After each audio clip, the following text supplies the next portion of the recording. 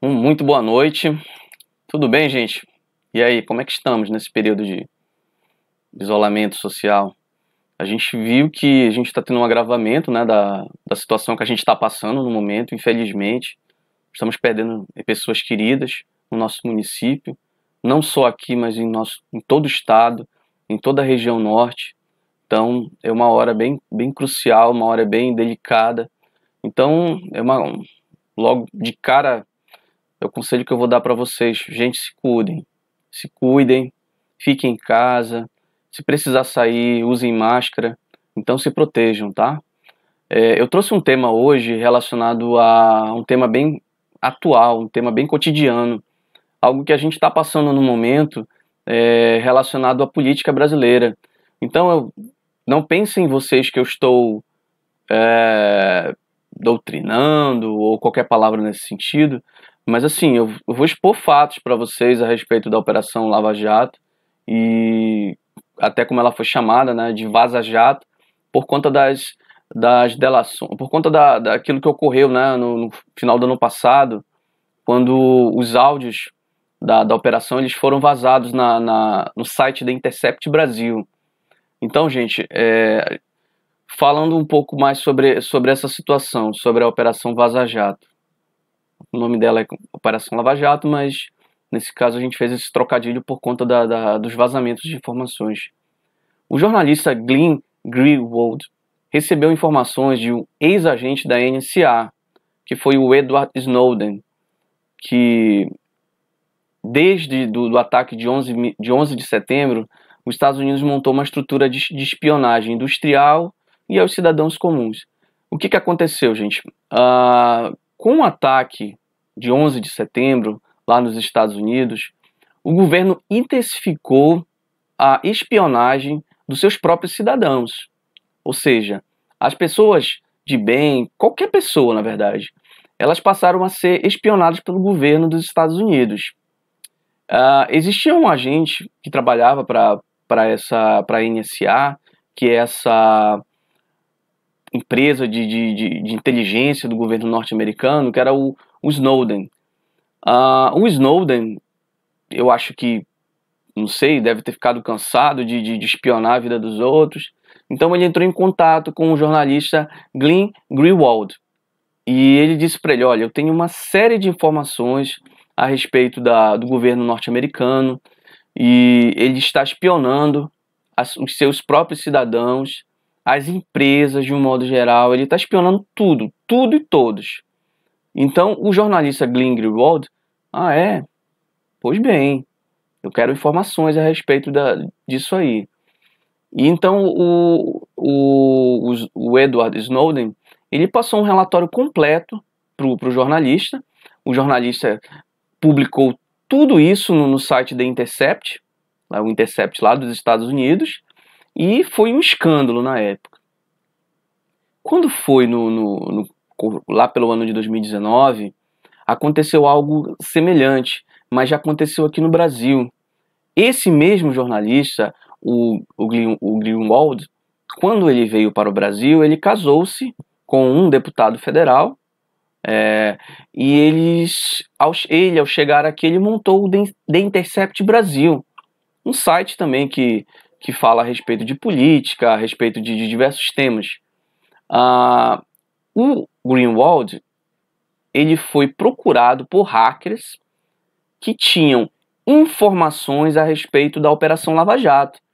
Eles procuraram o jornalista americano e disseram para ele, olha, a gente tem informações a respeito da Operação Lava Jato, algumas coisas que nós consideramos que não estão acontecendo de forma legal,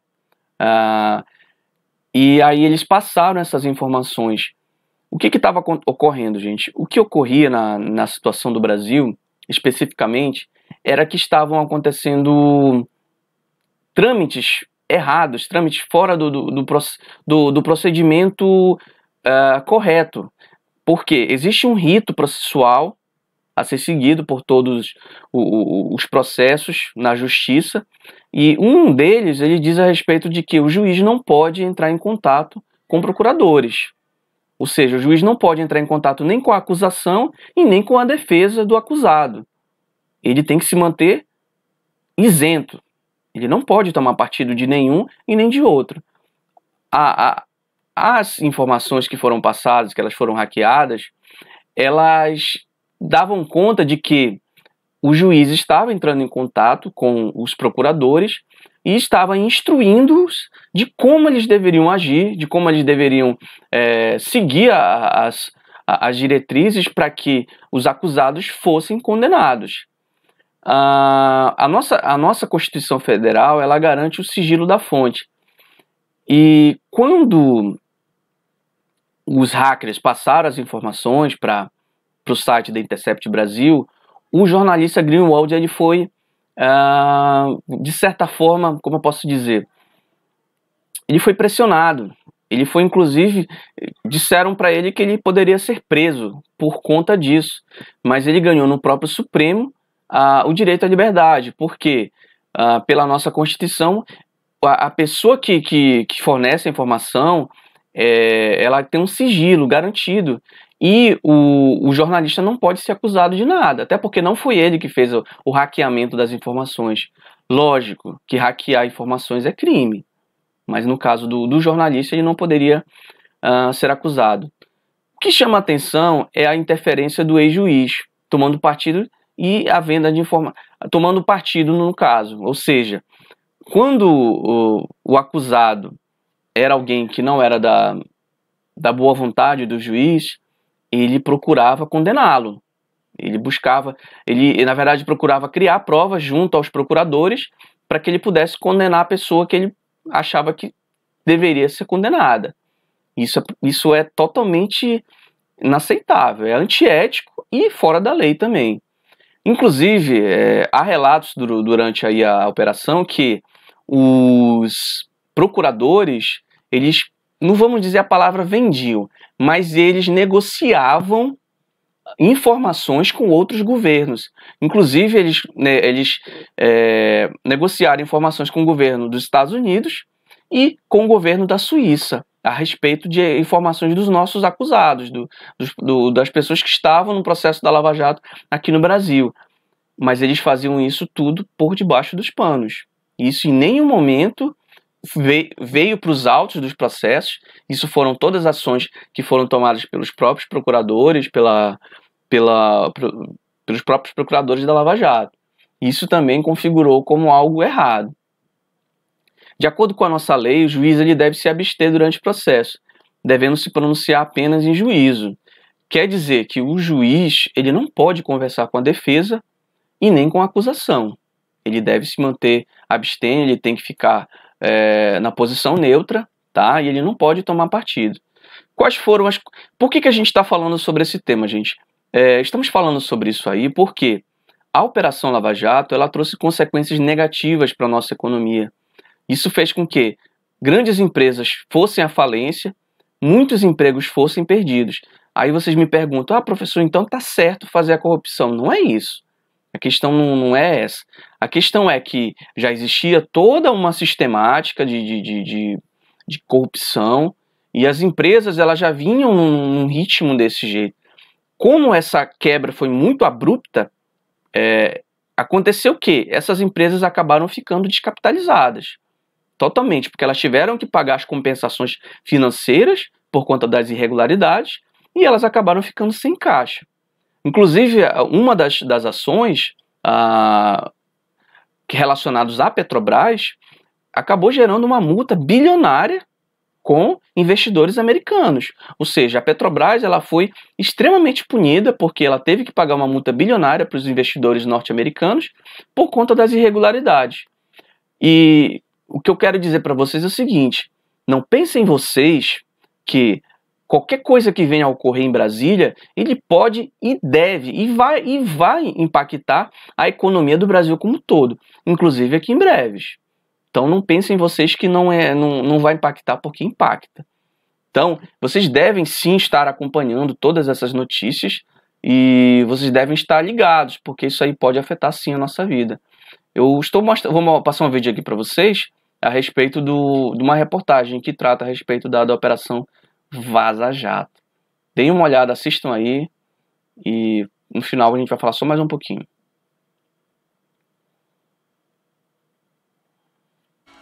1h em ponto. Bom para todos, está ao vivo com um boletim de notícias, trazendo os principais destaques deste fim de semana e da segunda-feira.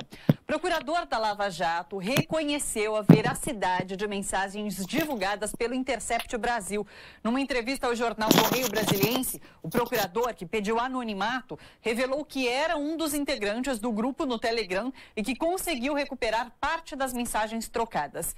Entre elas está especificamente o diálogo do dia 31 de outubro de 2018, no qual os procuradores criticam Sérgio Moro por se encontrar com o então candidato Jair Bolsonaro.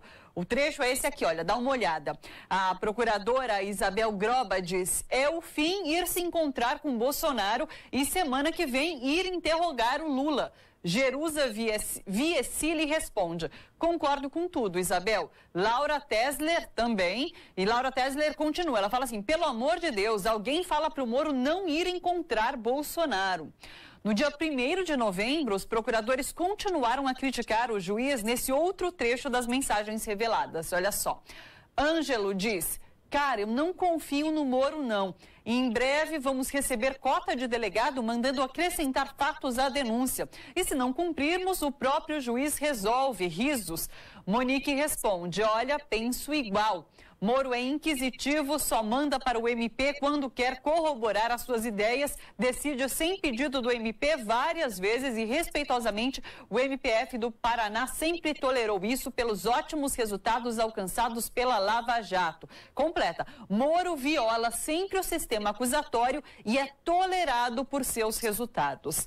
Nas conversas divulgadas neste final de semana pelo jornal Folha de São Paulo, os procuradores também comentam as mudanças nos depoimentos de Léo Pinheiro. O acordo de delação premiada com o ex-presidente da OAS só foi fechado depois que Pinheiro acusou Lula no caso do triplex do Guarujá. Esse depoimento foi considerado satisfatório pela operação e foi por conta dele que o ex-presidente veio a ser preso em abril de 2018.